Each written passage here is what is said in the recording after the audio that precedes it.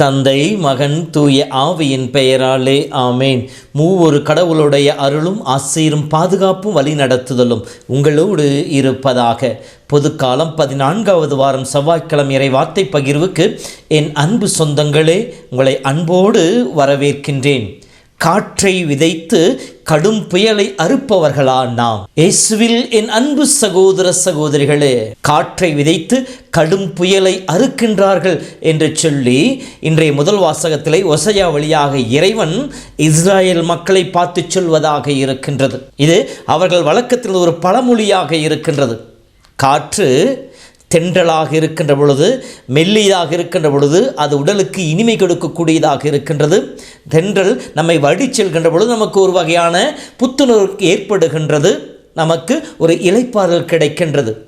அதே காற்று கடும் புயலாக மாறி நம்மை தாக்குகின்ற பொழுது அது நம்மிடம் இருப்பதையெல்லாம் எடுத்து செல்கின்றது, இருப்பதை இடம்பெயரச் செய்கின்றது, இருப்பதையெல்லாம் அழிக்கக்கூடியதாக இருக்கின்றது.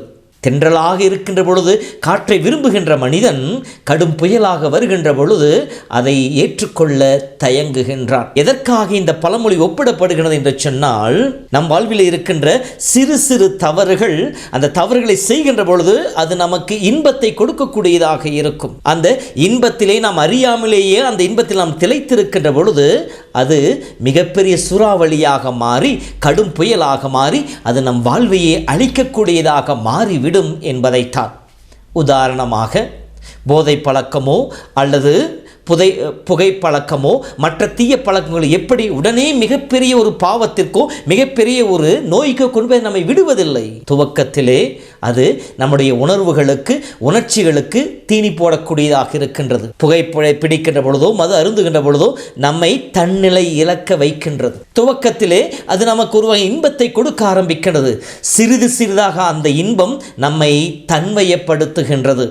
யாக்கோப்பு தன் திருமுகத்தில் சொல்வதை போல, நம்முடைய சிற்றின்ப ஆசைகள் நம்மளை தீமையை தூண்டுகின்றன. அந்த தீமை கருகொண்டு பாவத்தை பெற்றெடுக்கிறது. அந்த பாவம் சாவிலே போய் முடிகிறது என்பதைப் போல நாம் ஆரம்பிக்கின்ற ஒவ்வொரு தீய பழக்கங்களும் நமக்கு அந்த சமயத்திலே ஒரு வகை இன்பத்தை, உடலுக்கு ஒரு வகையான கிளுகிழுப்பை, ஒரு வகையான மெய்மறந்த நிலையை கொடுக்கக்கூடியதாக இருக்கின்றது. கொஞ்சம் கொஞ்சமாக அந்த தீய பழக்கம் நம்மை தன்மையப்படுத்த ஆரம்பிக்கும். பாவம் செய்கின்ற ஒவ்வொருவரும் பாவத்திற்கு அடிமை என்கிற இறை வார்த்தைக்கு ஏற்றார் போல அந்த பாவத்திற்கு அடிமையாக மாறுகின்ற பொழுது தன்னிலை இழக்கின்றான். அப்போது நம்மால் வெளியே வர முடியாது.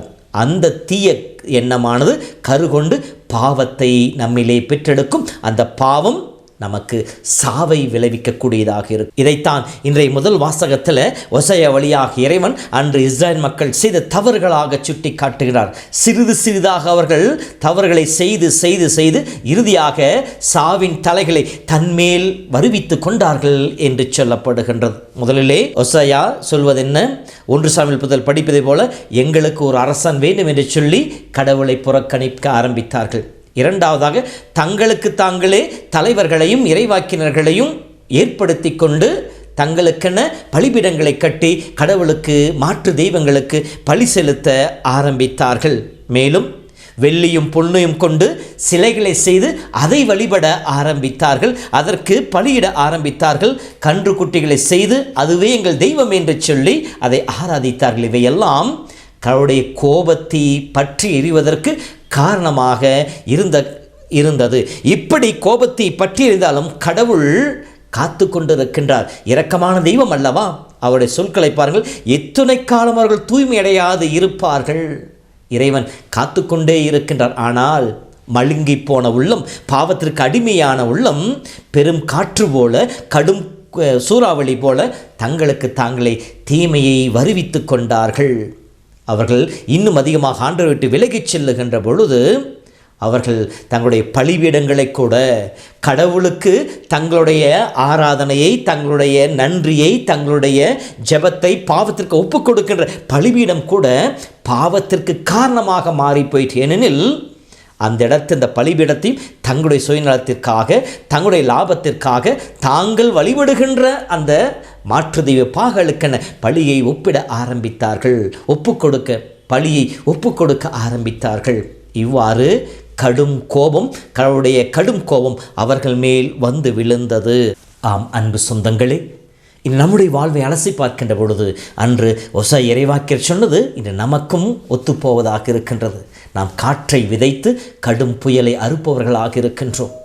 சிறு சிறு இன்பங்களை, சிற்றின்ப காரியங்களை, பாவ காரியங்களை நாம் சின்னதாக செய்கின்ற பொழுது நாம் அதை கண்டுகொள்வதில்லை. அது கொடுக்கின்ற இன்பத்தில் நாம் திளைத்து நின்று கொண்டிருக்கின்றோம். அந்த இன்பம் மீண்டும் மீண்டும் அந்த பாவத்தை செய்ய தூண்டுகின்றது.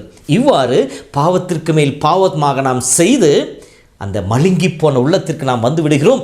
நாம் செய்வது பாவமே இல்லை என்கின்ற அந்த நிலைக்கு நாம் கடந்து போய் விடுகின்றோம். அதனால் அந்த பாவம் நம்மை ஆட்கொள்கிறது. அதுக்கு நம்மிலே கருகொண்டு நமக்கு சாவினை, துன்பத்தை, வேதனைகளை, இறைவனை விட்டு பிரிந்து வாழ்கின்ற மீண்டும் அடிமைத்தனத்தில் நம்மை முழுமையாக இலக்கு நிலைக்கு நம்மை கொண்டு போய் விட்டு விடுகின்றது. எனவேதான் இன்று நம்முடைய வாழ்விலே நாம் எத்தனையோ அருட்சாதன கொண்டாட்டங்கள் பங்கெடுத்தாலும் கூட நம்முடைய ஆன்மீகாவிலே ஒரு தளர்ச்சி இல்லை. காரணம், நம்முடைய வாழ்வு முழுமையாக பாவத்திற்கு அடிமைப்பட்டு கிடக்கின்றது.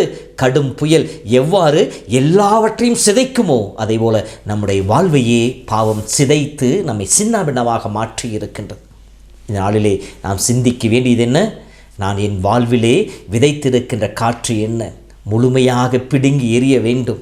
அது சூறாவளியாக மாறுவதற்கு முன், அது என்னை அழிப்பதற்கு முன், என் வாழ்வை முழுமையாக சிதைப்பதற்கு முன் என் வாழ்வை நான் திருத்த வேண்டும். நான் விழித்து கொள்ள வேண்டும். அத்தகைய அருளுக்காக ஜெபிப்போம். கடவுள் காத்து கொண்டிருக்கின்றார். இன்னும் எத்தனை காலம் இவர்கள் தூய்மை அடையாதிருப்பார்கள்? நம் ஒவ்வொருவருக்காகவும் கடவுள் காத்து கொண்டிருக்கின்றார். ஆண்டவர் கரங்களை ஒப்புக் கொடுப்போம். இறைவனுடைய மீட்பினையும் அதனால் வருகின்ற சமாதானத்தையும் பெற்றுக்கொள்வோம். சிறு சிறு காரியங்களை, பாவங்களை முழுமையாக தகர்த்தெறிந்து தூய உள்ளத்தோடு வாழ முயற்சிப்போம். கடவுள் நம் ஒவ்வொருவரையும் ஆசீர்வதிப்பாராக. இரக்கமும் கிருபையின் அற்புதமான அன்பின் ஆண்டவரே, இந்த செவ்வாய்க்கிழமை நாளுக்காக உமக்கு நாங்கள் நன்றி செலுத்துகிறோம். இப்பொழுது அந்தோனியாருடைய பரிந்துரையோடு இணைந்து உம்முடைய பிள்ளைகள் ஒவ்வொருவரையும் உம்முடைய கரங்களை ஒப்புக் கொடுத்திருக்கிறேன். இந்த நாள் முழுவதும் அவர்களை சாத்தான் எப்படி விழுங்கலாம் என்று கர்ச்சிக்கும் சிங்கம் போல காத்து கொண்டிருக்கிற பொழுது நீர் அனைத்திலும் இதுவும் பிள்ளைகளை காத்துக்கொள்வீராக. அவரை தாக்க வருகின்ற சாத்தான சூழ்ச்சிகள், அந்தகார சக்திகள், பில்லிசூனிய கட்டுகள், மாய மந்திர கட்டுகள் அனைத்திலும் இருந்தும் பிள்ளைகளுக்கு விடுதலை கொடுத்திடுவீராக. நீரே துணையாக இருந்து உடலுள்ள சுகத்தை கொடுத்து அவர்களை காத்துக்கொள்வீராக. தெய்வமே, இந்த ஆசீர் இந்த நாள் முழுவதும் உம்முடைய பிள்ளைகள் உம்மிடமிருந்து பெற்று உம்மிலே மகிழ்ந்திருப்பார்களாக. ஆண்டவர் உங்களோடு இருப்பாராக. எல்லாம் வல்ல இறைவன், தந்தை, மகன், தூய ஆவியின் பெயராலே ஆமேன். வாழ்வை நோக்கி நடைபோடும் வாழ்வில் நிலையான இன்பம் நாம் தேடி நின்றோம்.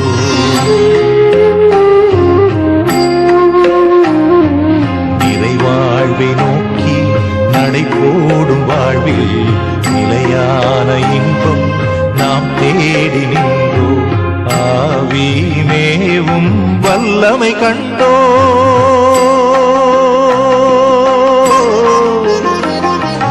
ஆவி மேவும் வல்லமை கண்டோ.